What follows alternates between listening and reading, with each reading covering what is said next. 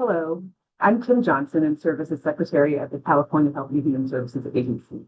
I am joined by Directors Baass, Altman, and Troia to provide an overview of the impacts of H.R. 1, also known as President Trump's Big Beautiful Bill, on California. This webinar will provide an overview of the major provisions, effective dates, and expected impact with a focus on Medi-Cal, Covered California, and CalFresh. There are additional provisions included in the bill that will not be covered. Next slide, please. Earlier this month in July, Congress passed the provisions of H.R. 1 and sent it to the President for signature. Only Republican members of both the House and the Senate voted in favor of the bill. All Democratic members opposed the bill. 3 Republican members of the Senate and 2 Republican members of the House also voted in opposition. The President signed the bill on July 4, 2025. This is also known as the date of enactment, which is important as this is the date that some of the provisions became effective. While some of the implementation dates happen after 2025, implementation will take a significant amount of time and planning, and that will need to begin soon. Next slide. As a result of this bill, millions of Californians will lose access to health care, reproductive care, and food supports. Stripping food and healthcare access from families will deepen poverty, widen health disparities, and push people into crisis. Medi-Cal and CalFresh are not only lifelines for individuals and families, they are foundational pillars of local economies and healthcare infrastructure. Weakening them weakens all of us. The infrastructure loss means less funding for hospitals, doctors, food, nutrition, and more. The bill also includes specific provisions targeted at reducing access for low-income Californians accessing assistance with healthcare and food, immigrant populations, including lawfully present residents, and rural communities. It also has specific provisions that only impact states who offer more healthcare benefits to a broader set of their state residents. I will now turn it over to the Director of the California Department of Healthcare Services, Michelle Baass, who will review the major impacts to Medi-Cal. Michelle? Thank you. Hello, I'm Michelle Baass, Director, next slide please, Director of the California Department of Healthcare Services. Next slide, please. As part of today's discussion, we plan to review the major Medi-Cal impacts of H.R. 1, focusing on eligibility and access requirements, state financing restrictions, immigrant coverage limitations, and the abortion providers ban. Next slide, please. Medi-Cal serves nearly 15 million Californians, roughly 35% of the state, including 5.5 million children and teens. It supports older adults and individuals with disabilities. Medi-Cal is more than just healthcare. It's a lifeline for the Californians it serves, providing access to vital medical and dental services, preventive care, mental health support, substance use disorder treatment, and care for chronic conditions. H.R. 1 makes sweeping changes to the Medi-Cal program and will cause widespread harm by making massive reductions in federal funding and potentially cripple the healthcare safety net that all Californians depend on. These changes put tens of billions of dollars of federal funding at risk for California and could result in a loss of coverage for millions of Californians. Medicaid funding is more than healthcare assistance. It is a critical economic stimulus that enables communities to maintain a productive and stable workforce that strengthens community resilience. Healthcare is an essential business partner and economic engine in communities, contributing to jobs, taxes, and community investment. In particular, the provisions of H.R. 1 that apply to Medi-Cal focus on restricting eligibility and access requirements.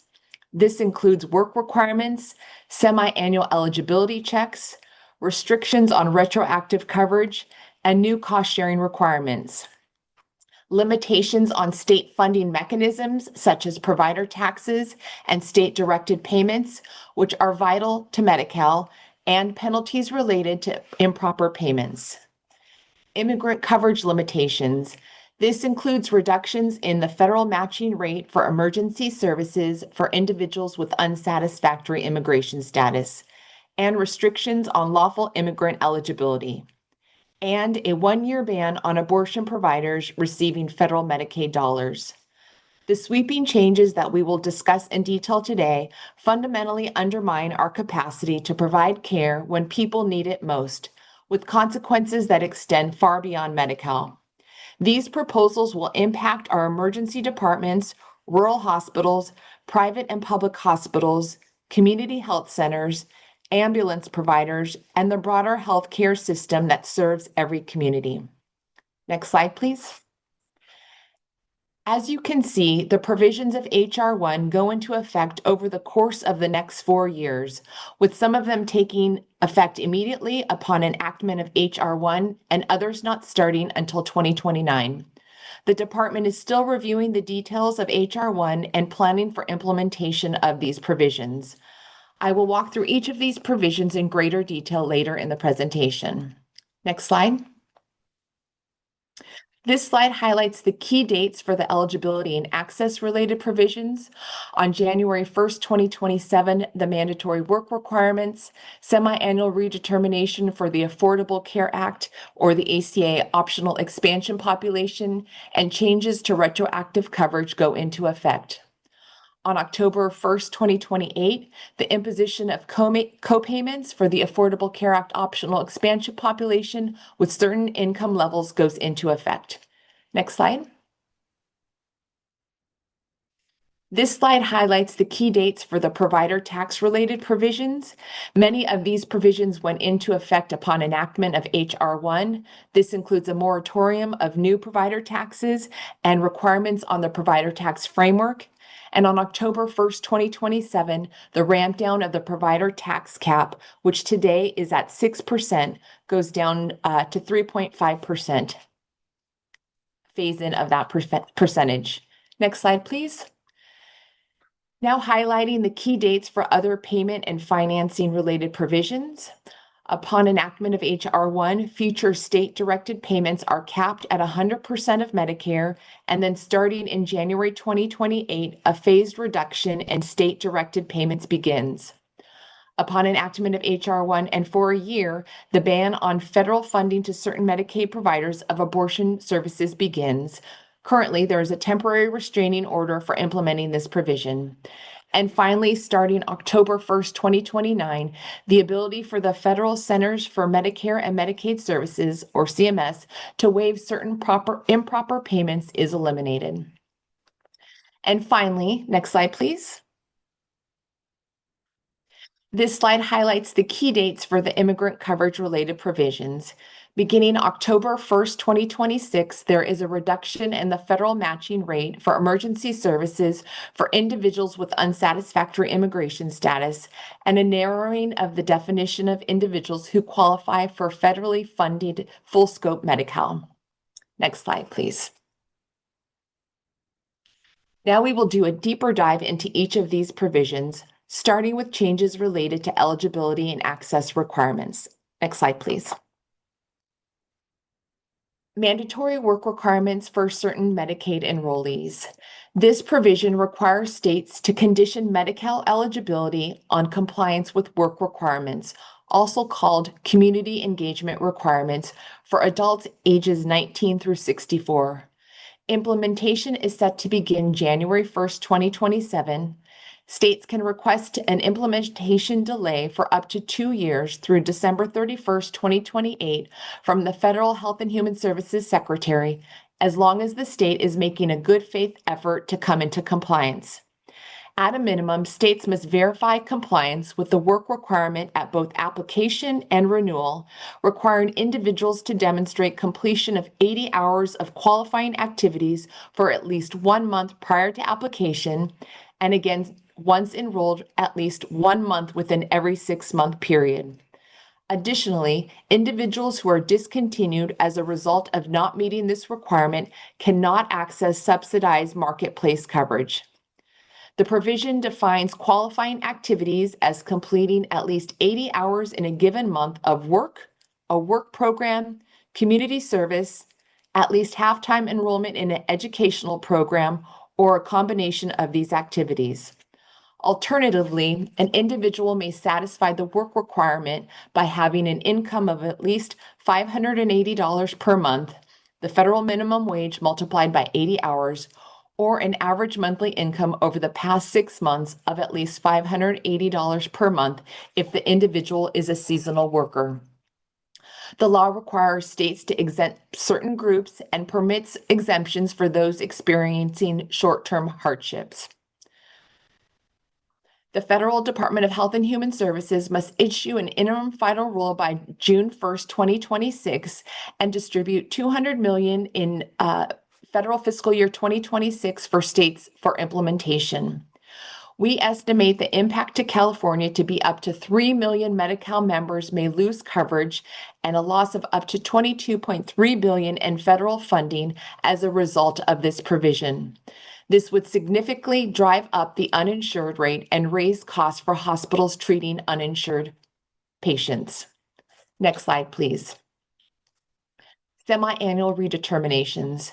Effective January 1st, 2027, states will be required to redetermine eligibility for adults enrolled through the Affordable Care Act Medicaid expansion once every 6 months.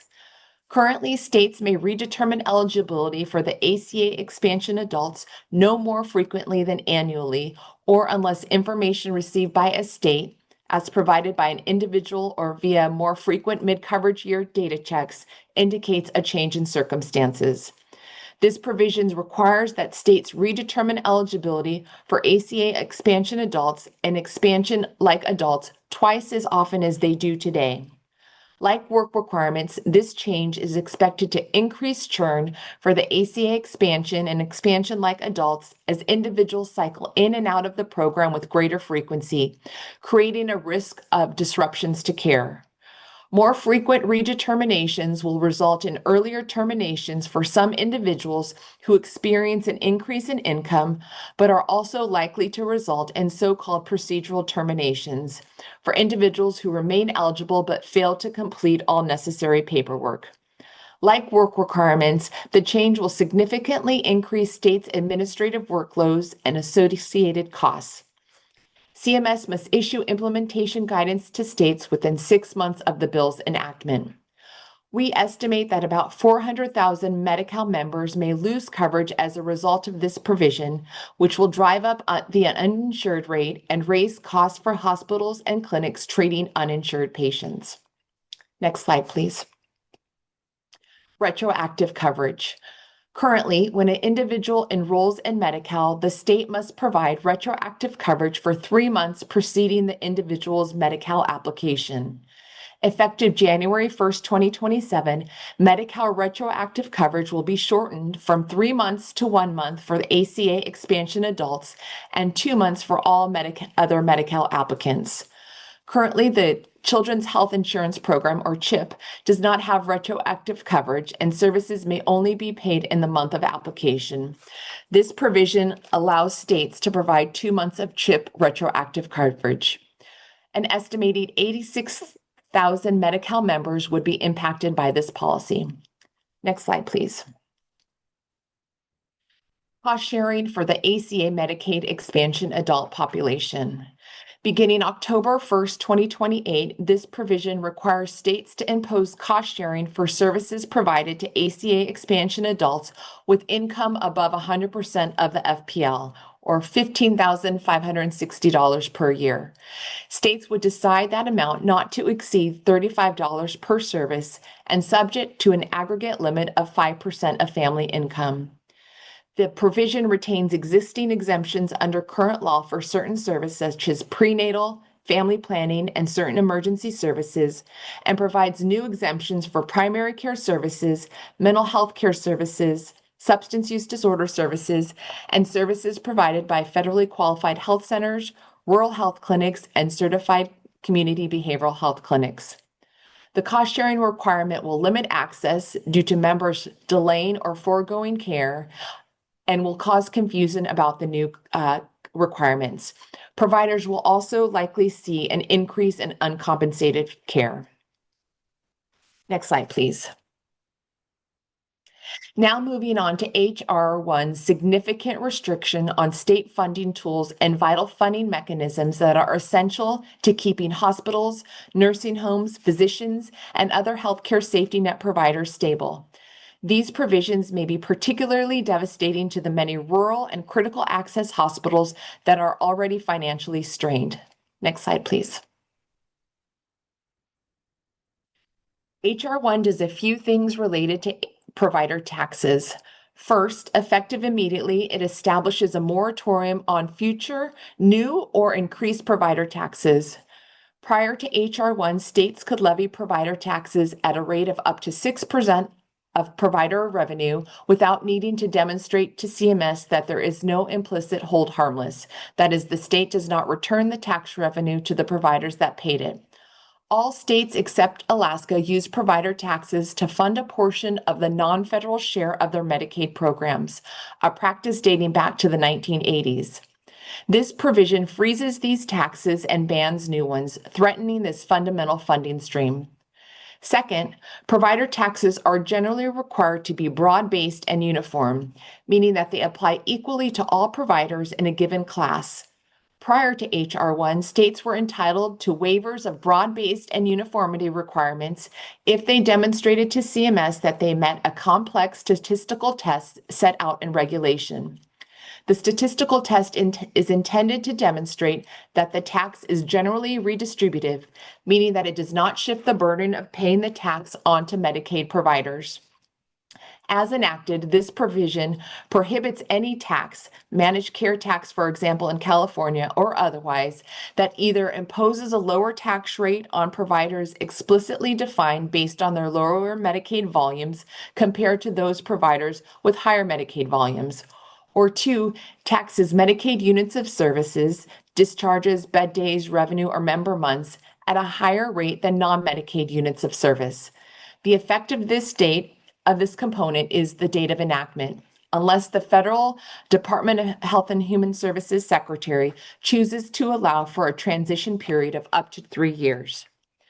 And finally, for ACA expansion states such as California, H.R. 1 reduces the existing 6% cap on provider taxes by 5% percentage points per year beginning in October 2027 until the cap reaches 3.5% in 2032.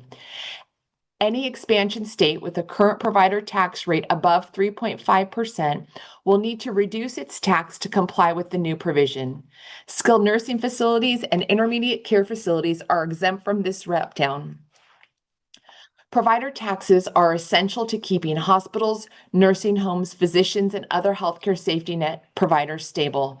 This cut may be fatal for the many rural and critical access hospitals that are already financially constrained. Next slide, please. Another important tool states have to finance the Medicaid program are state-directed payments. H.R. 1 limits how much federal funding hospitals can receive through certain types of payments. This means less funding for both public and private hospitals in California. States are permitted to direct managed care plans on what amounts to pay providers, so long as they meet requirements set out in rule, and in most cases receive written approval from CMS. Currently, these state-directed payments may be made up to the average commercial rate. H.R. 1 limits the scope of any new directed payment to 100% of Medicare rates for expansion states like California and 110% of Medicare rates for non-expansion states. States with existing state-directed payments above Medicare rates will need to reduce payments by 10 percentage points per year beginning in 2028 until the state-directed payments are no greater than 100% of Medicare payment levels for expansion states and 110% for non-expansion states. For existing state-directed payments, the law defines existing payments, those that are grandfathered, as those who have been approved by CMS prior to May 1st, 2025, for rural hospitals approved by CMS prior to the date of enactment of the bill, or submitted to CMS prior to the date of enactment. The law also requires that state-directed payments must fall by 10 percentage points per year starting January 2028. For new state-directed payments, the law immediately caps all state-directed payments at 100% of Medicare for expansion states. This provision significantly constrains the state's ability to raise the non-federal share of Medi-Cal funding, which may reduce provider participation and decrease access in Medi-Cal. Next slide, please. The Rural Health Transformation Fund. The law establishes a $50 billion fund for rural health providers.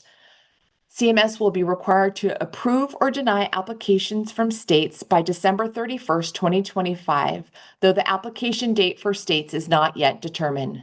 The provision allocates $10 billion for each federal fiscal year starting 2026 through 2030.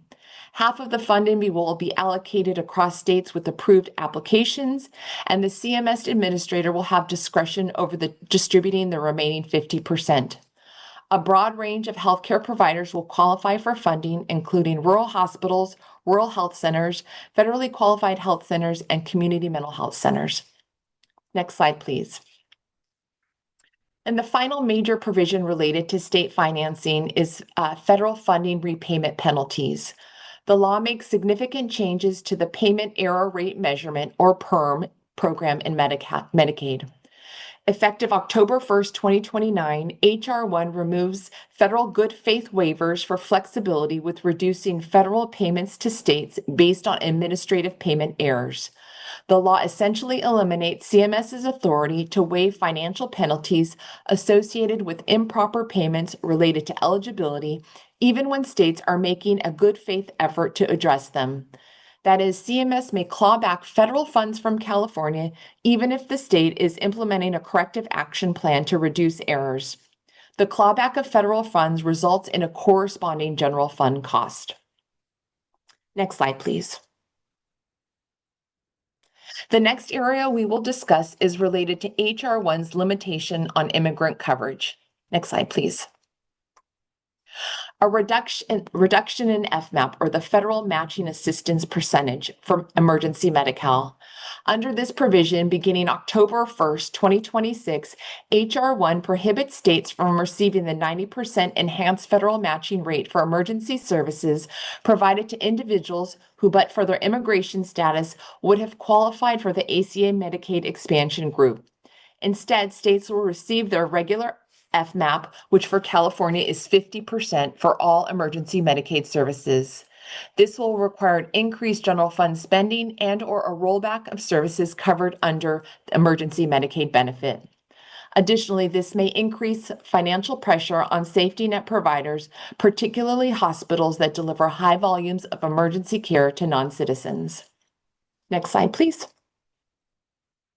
H.R. 1 also restricts lawful immigrant eligibility for Medi-Cal. Under current law, states are authorized and sometimes required to provide coverage to various groups of lawfully residing immigrants, including qualified non-citizens. Beginning October 1st, 2026, federal Medicaid and CHIP funding will no longer be available for full benefit coverage provided to citizens other than lawfully residing children and/or pregnant women who states may choose to cover under the Children's Health Insurance Program Reauthorization Act, or CHIPRA, lawful permanent residents after the 5-year waiting period, Cuban Haitian entrants, and compact to free association migrants. As a result of these changes, states will no longer receive federal Medicaid funding for most refugees, asylees, victims of human trafficking, certain individuals whose deportation is being withheld or who are granted conditional entry, or individuals who receive humanitarian parole. States will be permitted to provide coverage to these groups using their own funding, or for a subset of these individuals by electing the existing option under CHIPRA to cover lawfully residing children and pregnant women. We estimate approximately 200,000 Medi-Cal members will shift from satisfactory immigration status, which is eligible for full federal financial participation, to unsatisfactory immigration status, which is only eligible for emergency and pregnancy-related federal funding at the newly reduced rates noted in the prior slide. Next slide, please. And finally, we want to discuss H.R. 1's impact to Medi-Cal abortion providers. Next slide, please. For the 1 year period following enactment of H.R. 1, this provision bars Medicaid participation by certain prohibited entities or providers, including Planned Parenthood, that offer abortion services. That is, federal Medicaid funding cannot go to nonprofit providers that offer abortion services, even if those services are limited and legally permitted, and even if the provider also delivers essential reproductive and preventive care like cancer screenings, contraception, and STI testing. The funding ban applies to any and all Medicaid services offered by such entities.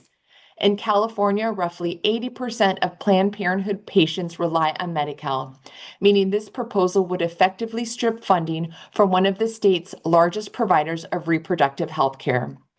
On July 7th, a federal judge in Boston issued a temporary restraining order that blocks the Trump administration from implementing this provision nationwide for 14 days. That concludes the presentation for the impact of H.R. 1 to Medi-Cal. I will now turn it over to the Executive Director of Covered California, Jessica Altman, who will review the major impacts to the marketplace. Thank you. Thank you, Director Baass, and thank you for pulling up my slides. Hello, I'm Jessica Altman, Executive Director of Covered California. I'm here to talk about the significant impacts to Californians covered through Covered California, our Affordable Care Act marketplace from H.R. 1, and many of the same themes of the impacts to Medi-Cal covered by Director Baass. Covered California covers nearly 2 million California residents today and generally covers those who don't have access to health care through another source. So our enrollees come from many walks of life. They are working in hourly jobs, they are early retirees, they're in the gig economy, they are sole proprietors running their own businesses, and they rely on Covered California not just to provide them a place to access coverage, but to provide them with tax credits that bring the cost of that coverage within reach for many. As we look to the next slide, we're going to talk about the many impacts of H.R. 1 on Covered California, and again, very similar themes to the impacts on Medi-Cal, limiting enrollment opportunities and imposing new administrative requirements on coverage, including imposing pre-enrollment verification and ending automatic re-enrollment, and eliminating income-based special enrollment period. Restricting eligibility for immigrant groups, including limiting premium tax credit eligibility to certain immigrant groups and ending the premium tax credit altogether for low-income, lawfully present immigrants. And affordability and coverage changes, removing caps on repayment of excess advanced premium tax credit, denying advanced premium tax credit to anyone who loses Medi-Cal due to the work requirements Director Baass discussed, and then does not extend the marketplace enhanced premium tax credits, which we will do a deeper dive on later in my slides. Overall, these provisions could result in as many as 660,000 or 1 in 3 Covered California enrollees going uninsured. All Covered California enrollees will see significantly higher costs as a result, either because they will receive less or no longer receive at all tax credits that bring that coverage within reach, or because premiums themselves will go up as a result of the destabilizing impacts of these provisions. And then there will also be burdensome new red tape that will make it harder for Californians to get and stay covered through Covered California. I'll now take a deeper dive on the provisions mentioned on this slide, starting on the next slide.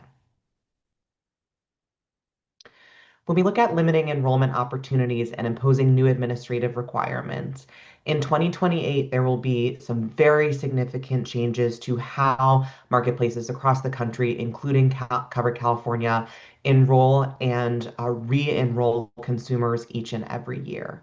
We will no longer be able to continue the practice that over 70% of our enrollees use today, which is just automatically re-enrolling them in coverage. Now, even though we are already verifying their information on the back end, all marketplace consumers will have to come back in each and every year and fill out paperwork in order to stay covered in the same plan with the same coverage they have today.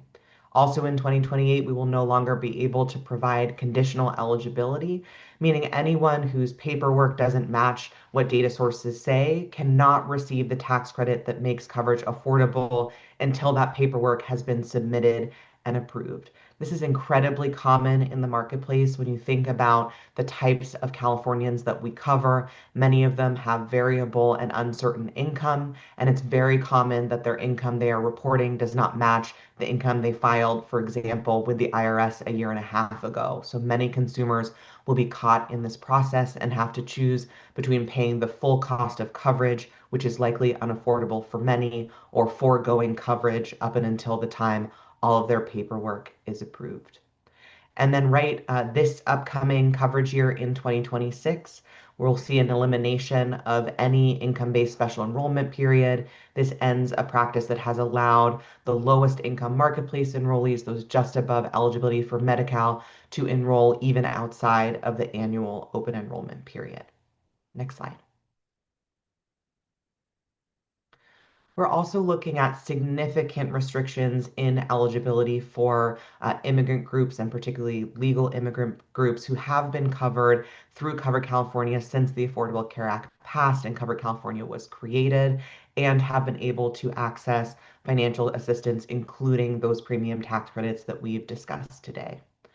We are looking at restrictions of tax credit eligibility to only certain immigrant groups, the same groups that Medi-Cal eligibility is being limited to as Director Baass covered. So many groups, including refugees, asylees, victims of domestic abuse, and those receiving humanitarian parole will lose access to these tax credits. And really, when you look at these individuals who, by definition, have incomes above eligibility for Medi-Cal, there is no other option for health insurance coverage for these groups other than if their income were to drop below and they would have access to the limited options that Director Baass covered. We also see an end to tax credit eligibility for low-income, lawfully present immigrants. This is a group that nationally is excluded from Medicaid coverage around the country, but is here covered in Medi-Cal in the state of California. So this is a minimal impact for California, but a very significant one nationally and in other states. Next slide. Finally, we're looking at significant changes to affordability and coverage. It will remove the cap on repayment of any excess tax credit that consumers received.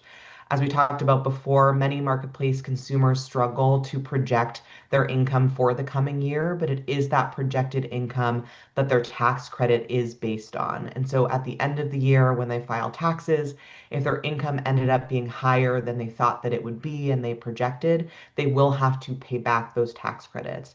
There's been a protective cap on paying back those tax credits, and that will no longer be the case. So consumers who end up, again, making more money, having to pay back some of their tax credit will no longer have that protection and could have to pay back thousands of dollars unexpectedly at tax time. We also see that HR 1 would not allow any of the individuals who lose Medi-Cal due to work requirements to access coverage through the marketplace and receive tax credits to bring coverage within reach and affordability for them. And therefore, the marketplace is not a backup option, which is an important clarification as that is a common misconception in understanding the impact of HR 1. Finally, and for marketplace consumers, most significantly, H1 fails to extend the enhanced premium tax credits. This is a little different from the other provisions because it is something that Congress did not do as opposed to something they did do.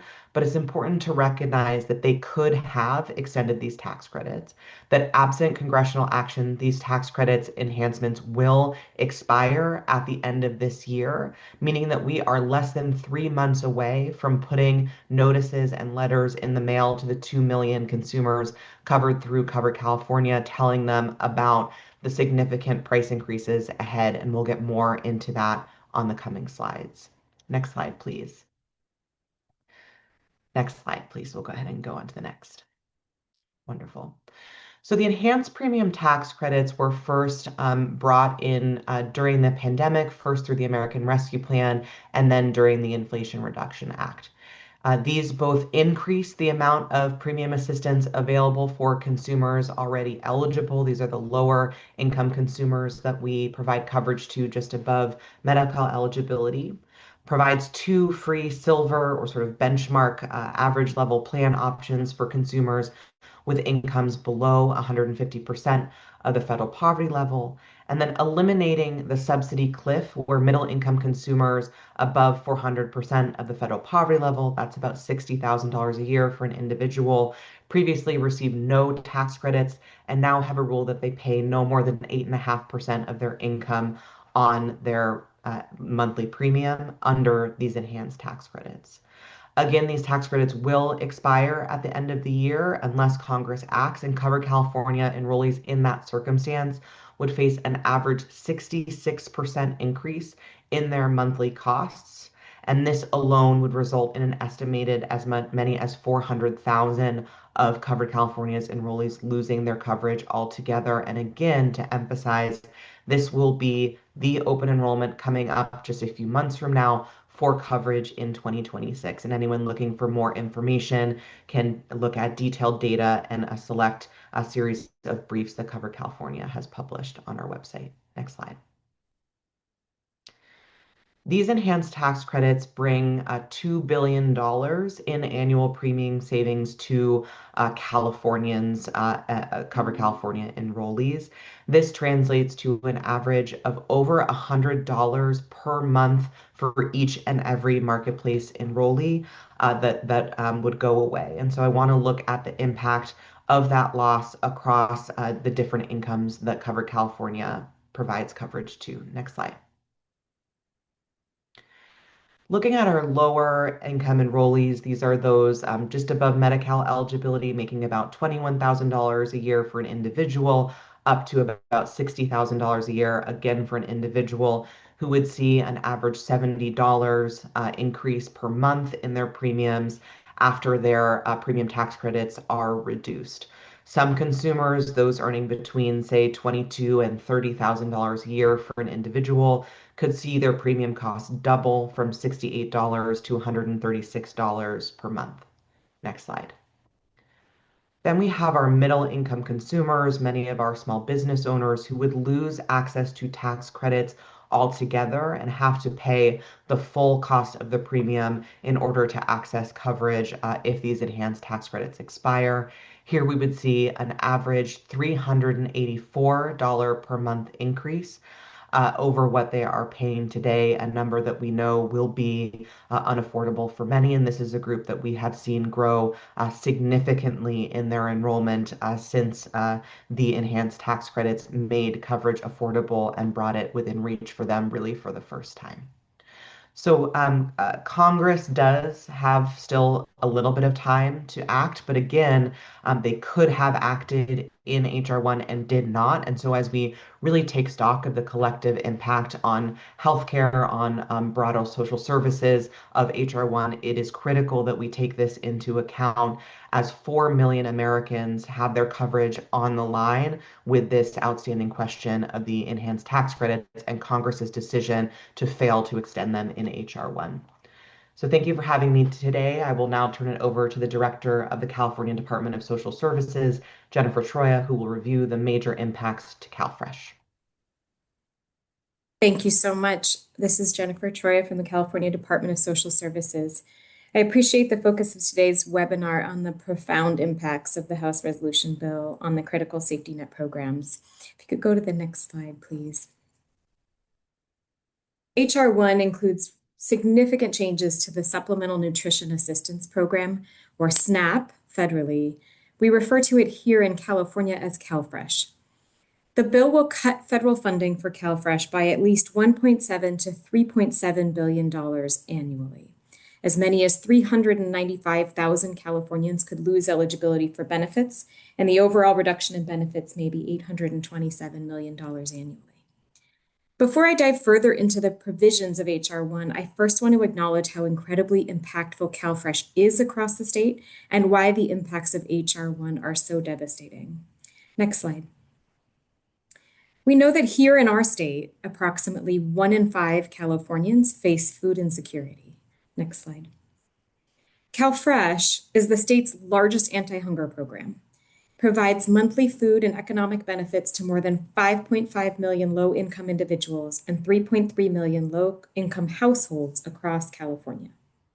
CalFresh is also one of the most effective tools we have to combat poverty and food insecurity. It currently provides an average monthly benefit of $333 per eligible household, $194 per individual. The Budget Act of 2025 includes $13.3 billion in federal funding for those benefits. It also includes $2.7 billion in administrative funding, which is shared by the federal, state, and local governments. CalFresh benefits also provide significant resources to the agricultural sector, including our grocers and our retailers.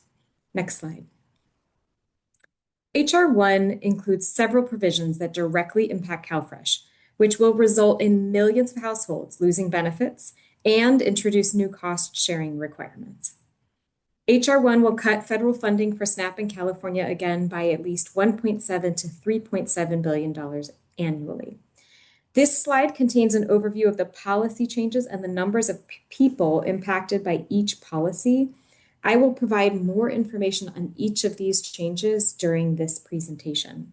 As Secretary Johnson referenced, we expect in the aggregate for these changes to have damaging domino effects on California communities.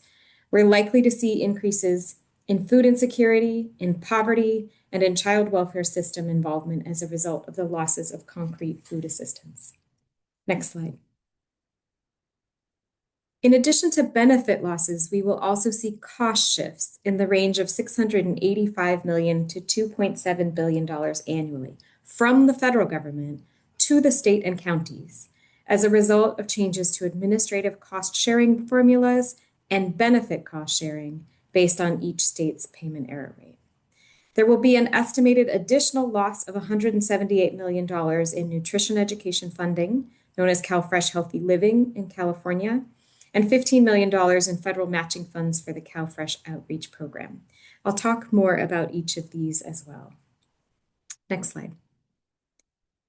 This slide provides the timeline for when certain changes will take effect over the next 2 years.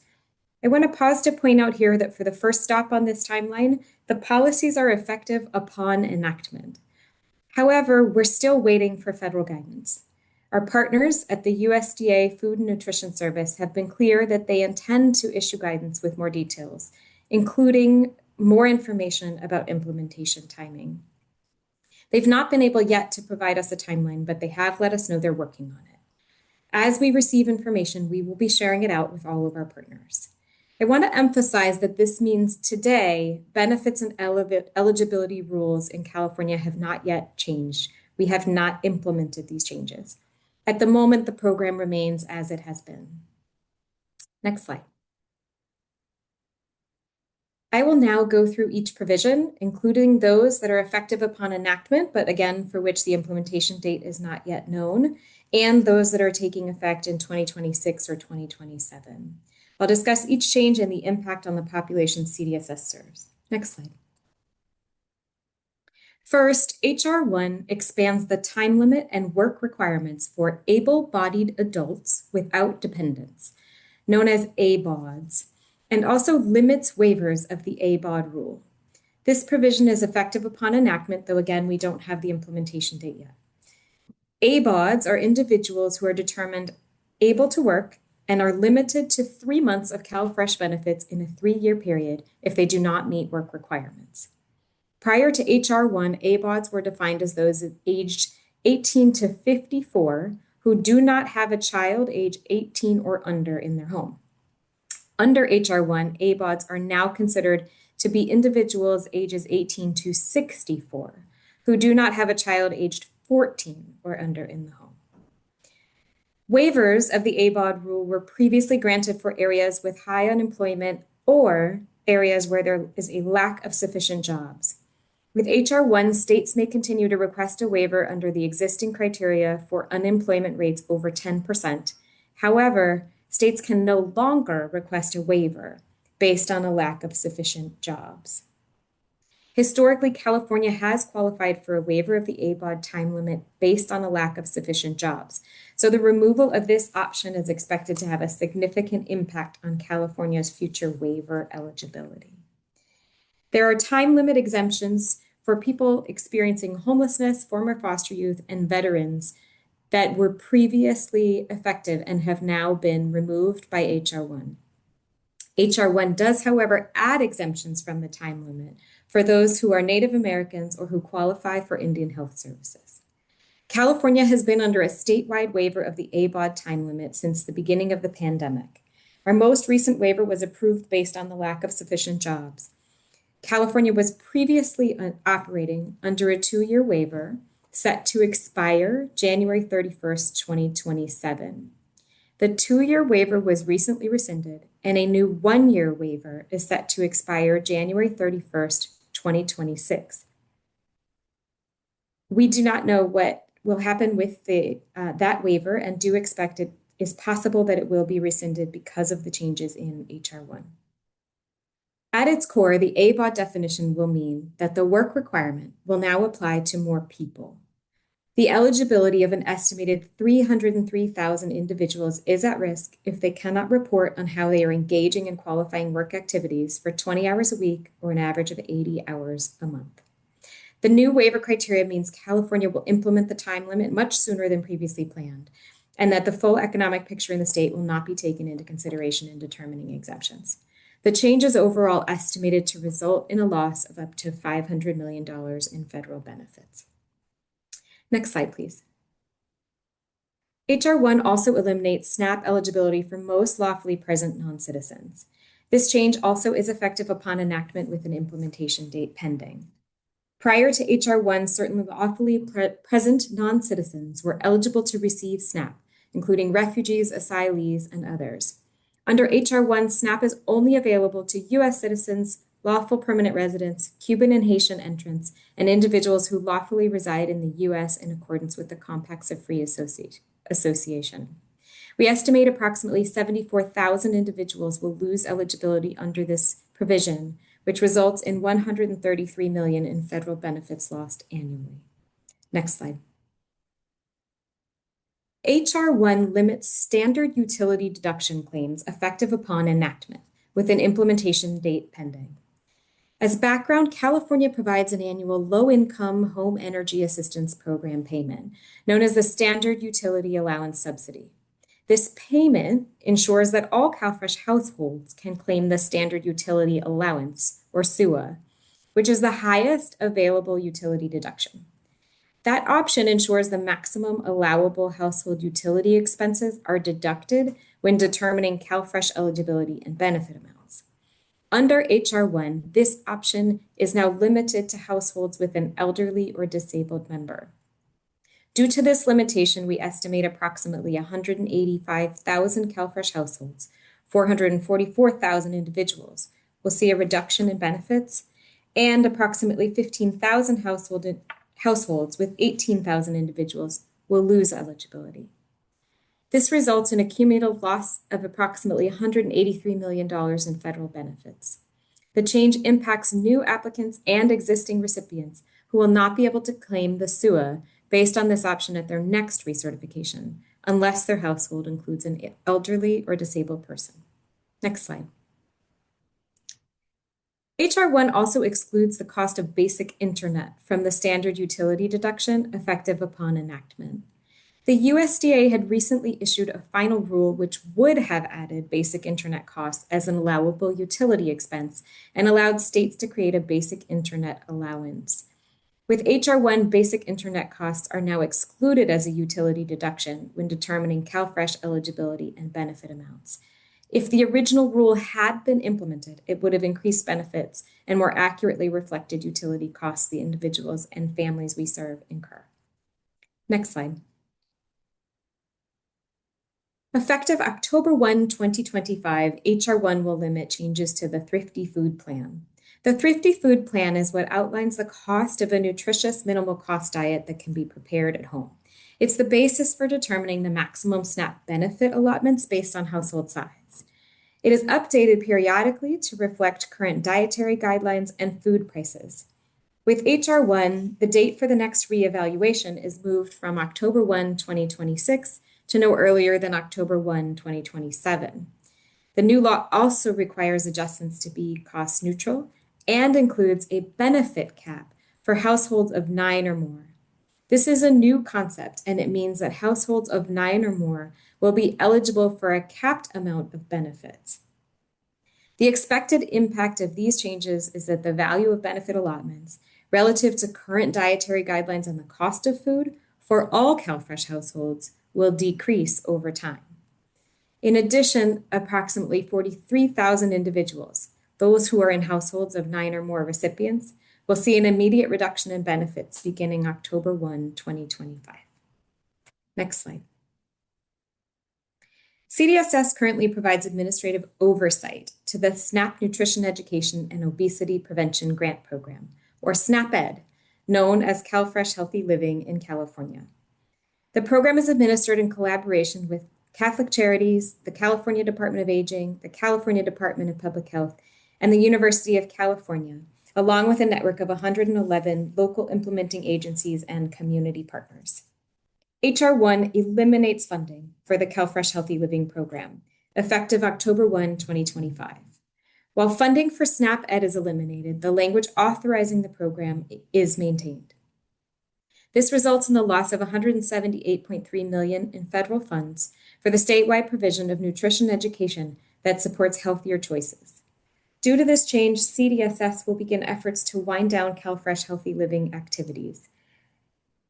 Depending on federal guidance, we may be able to use existing federal funds from federal fiscal years 24 and 25 to wind down operations over a longer period. Again, we're awaiting federal guidance on that topic, and we'll share more as soon as we can. Next slide. Now that we've discussed the provisions that take effect in 2025, I will briefly touch on the provisions taking effect in 2026 and 2027. Next slide. HR 1 increases states' shares of administrative costs for SNAP, and this change becomes effective October 1, 2026. Currently, SNAP administrative costs, known as SNAP state administrative expenses, are split 50% federal and 50% state up to an annually approved amount. California's 50% state share is split between the state and the counties. Of this portion, the state covers 70% and the counties cover the remaining 30%.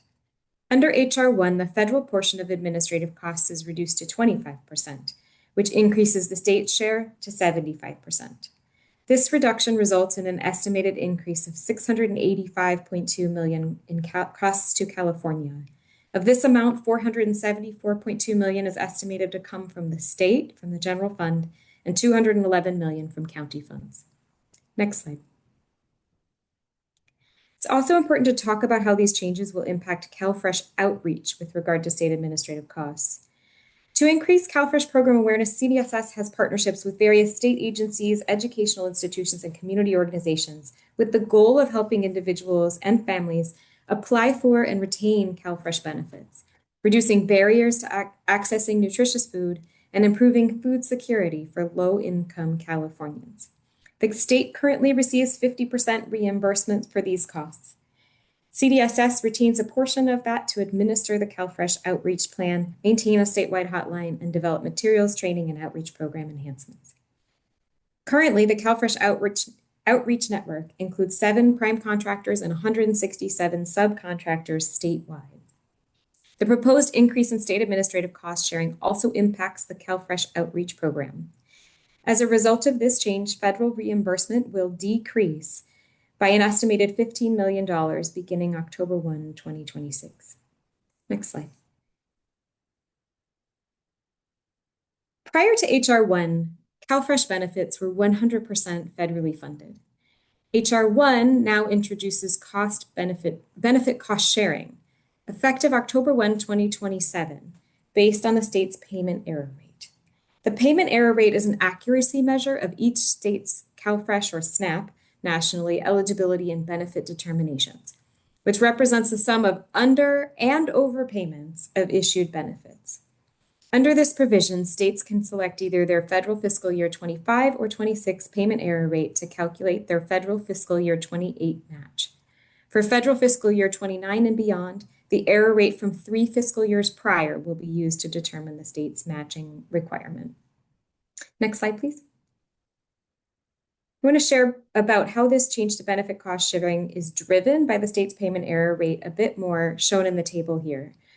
So if a state's payment error rate is below 6%, the federal government will continue to cover 100% of the cost of benefits. And then there is an increasing range up to the context where if a state's payment error is above 10%, the state must cover 15% of the cost of benefits.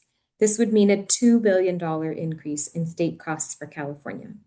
For context, California's most recent PER is over 10%, which means that we would currently fall into that 15% category, the bottom row of the chart. Next slide.